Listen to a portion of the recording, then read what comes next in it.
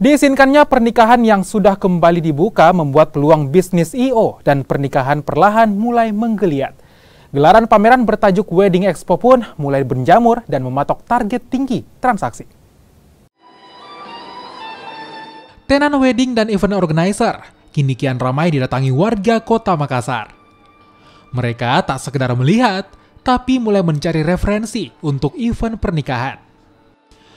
Salah satunya ada acara Wedding Expo yang digelar di salah satu hotel di kota Makassar.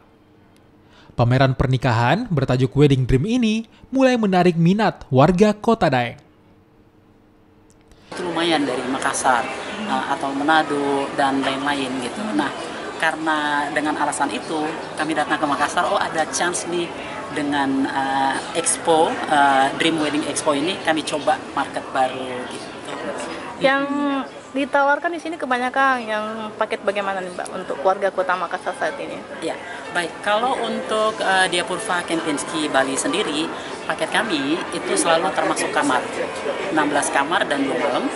Lalu penggunaan cepol kami yang khas itu untuk 100 orang ataupun sampai 120 orang tergantung dekornya.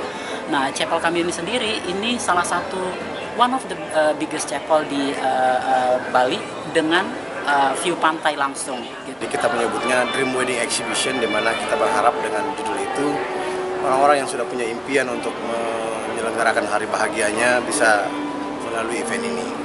Kami mengundang atau kami mendatangkan 50 booth atau tenan yang terdiri dari wedding organizer, entertainment, gaun pengantin, terus kemudian ada